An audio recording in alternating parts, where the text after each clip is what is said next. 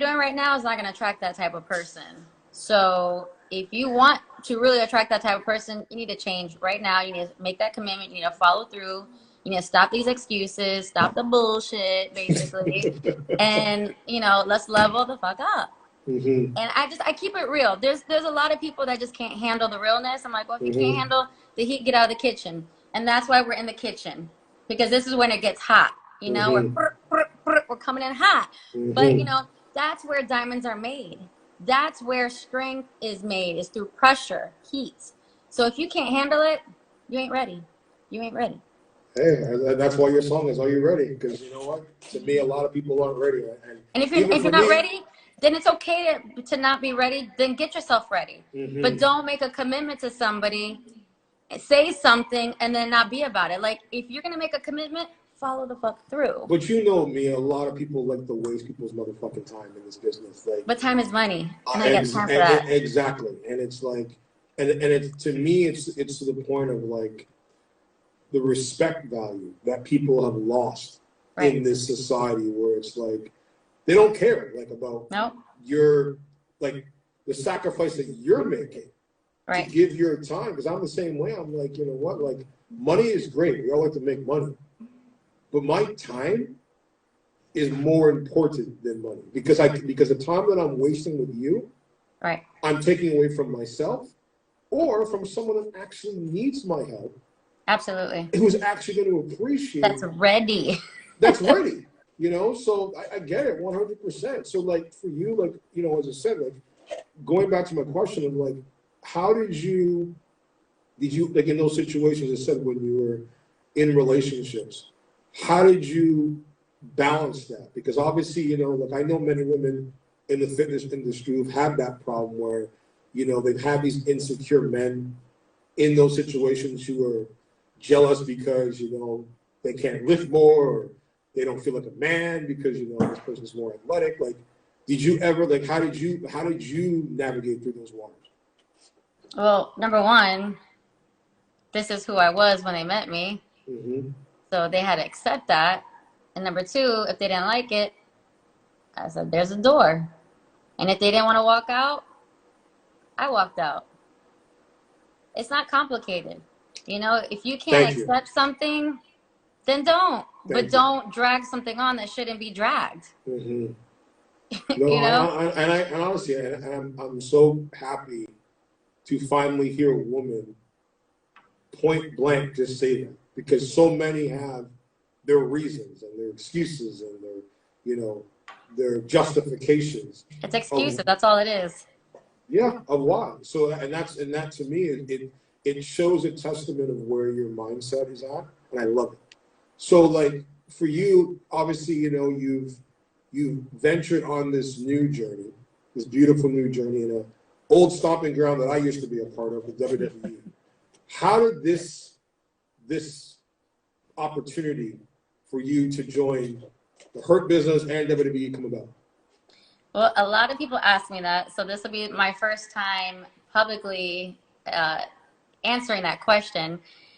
What I say is, it was doing the right thing at the right time consistently, knowing that people are watching at all times. And I'm talking about years of grinding, years of hustle. There's a reason why I kept this picture, this profile picture on my IG. It says hustle. And that was from like 5 years ago that I did that photo shoot. But I love that picture so much that I'm like, you know what? It was a little edgy. Some people were like, oh my gosh, she's topless. But I said, you know what? Who the fuck cares? Like, titties are everywhere, you know, they're milk jugs, you know, we feed our babies with them, you know, but, you know, the society wants to over-sexualize, you know, a body. A body is a work of art. You know, we have to appreciate it for, it's a temple. It should be holy. It should be a sanctuary. There's so many beautiful things about the body that people disregard and they fail to recognize. So, you know, that picture speaks so many things to me because I'm an artist and I love artwork, and I love artwork in people, you know, and that's where when I see a body and someone comes to me and they want change, I'm like, where do I start? You know, it's like, it's exciting to me. I never judge. I don't look at a body like, oh my God, you're so fat. Becky, you're so fat. No, I'm like, ooh, you know, I could really get that. Oh, I can melt that. Oh, come here. Let me get some of that. You know, like, trust me, I'm coming. I just got to get ready, but I'm coming for you. Believe me, I am coming for you because honestly, I think you are. I think you're incredible. I think you have something. Even the whole brand, the whole name. I mean, I was blown away. Let alone by your gym, which was like, I mean, honestly, it's something. Yeah, your nightclub gym. It was something out of the future, and just, you know, your whole energy. As I said, I'm like, there's something from day one. As I said, the minute you popped up on that screen on WWE, I'm like, this is it. Like this girl has what we call in the business the it factor. You know, and I think that for you, this, you know, new opportunity is only going to open more doors. So continue your saying like how this opportunity transpired. So, you know, basically it's like I said, it was years of grinding, years of networking, years of just putting myself out there and not being afraid to talk to anybody and everybody. Literally just loving on everybody that came into my path. And, you know, so, you know, years ago, I met with Titus O'Neil, Daddy's Bullard. Love my boy. And we met, oh my God, I want to say back when I was at Powerhouse, when I was running the nutrition office and personal training. I met him at that time. Okay. And we became friends. And, you know, with social media, with friendship, you can stay in contact and see what that person's doing, what that person's about. We would be at the same events. We would just continue to network and, you know, make connections happen. And on a Tuesday, like today, it was at 7 a.m. I was training 3 of my clients, and I get a phone call from him, and he's like, hey, you know, I got an opportunity for you. What do you think? And I said, let's go. You know, it's just being available, being ready. You know, I was mentally, emotionally, physically, spiritually ready. I didn't sign up for WWE. I didn't apply with the company. I didn't put it out there. I mean, honestly, I didn't even watch it. You know, I wasn't even like a WWE fan, so I had no idea who was who and what they did and if they were a good guy, a bad guy. Like, I watched it when I was a kid. I watched it when it was WWF, not when it was WWE. So I'm old school. I was there when I was working there when it was the Attitude Era. So trust me. Yeah, so I mean, I watched it when it was Hulk Hogan, Andre the Giant. You know, that's when I watched it. And you know, just being a boss mom on the grind, I just don't have time to sit down and watch TV and get into it like that. So to be in the vicinity of WWE, to be around all the wrestlers, the producers, the media, I felt like a kid in high school all over again. It was nostalgic. Yeah.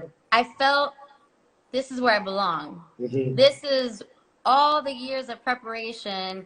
This is what I was meant to do. Well, as I say, if you stay ready, you never need to get ready, man. Because you never know. I wasn't trying to bust the door. I didn't apply. That's the thing. You know, things are meant to be, and things happen when it's just boom. It falls in your lap. It flows with what you're doing. There was no tension. There was no forcing. There was no pushing. There was no rushing. It was just like smooth. It was just like, oh, okay, yeah, boom, done. And being a boss, I was able to make the time to be on TV. I was able to create that time slot to be available for that full day. And that's the thing is, I was also given the opportunity to bring 3 other girls with me, which is huge. Because now that's a lot of pressure on me. And to make sure you find the right people that don't fuck your shit up. Yeah, and it's also opportunity for me to give other women a chance to bloom and to be exposed and to grow and to shine. So that I was like, well, who do I pick? Who do I choose? And clearly, you know, they have to approve them too, but that's a lot of decisions and pressure that I have to make. And but it's also, not sorry to cut you off, but it's also the fact of where I love that about you, because most women in that situation wouldn't do that. Like, because there's so many women, like, they're like, well, what if they like the other girl more than me? Right. and I lose the opportunity, bottom line. And there's, you know, that cattiness. And so, like, did you ever have that cattiness? Well, yeah. I mean, did you ever have that moment of like, I don't know if I really want to give somebody else, like, make that call for somebody else, and maybe let somebody else do that? You know, it's for crazy. That never even crossed my mind, but it crossed other women's mind that I brought in, and I was like, wow, I brought you in, and you're gonna feel that way. That's really crazy. Like, and it's crazy how many women were. I had this one that was like bomb, beautiful bombshell. Like, I was like, damn, she's hot. Like, she needs to be seen. And I was so shocked that she was like, well, what type of representation is this going to be?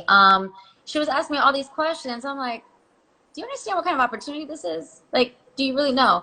Okay, and so when said, Titus called you, when Titus called you, did you, like, what was the conversation? Like, did you know what you were going to be doing before you came into the building? Well, I mean, he gave me this, again, when he called me, only one set of girls that went on to do what we did. Okay. You know, so there really wasn't a mold to follow. You know, it was basically one set of girls, and they didn't obviously make it. They didn't come back. So I was like, well, we can't follow that lead because that clearly didn't work. But it gave us an idea of, okay, this is who Bobby Lashley is. This is, you know, we're basically going to be his hype girls, you know, his entourage. Like, when you have a celebrity going into VIP, they bring their crew, they bring their VIP squad.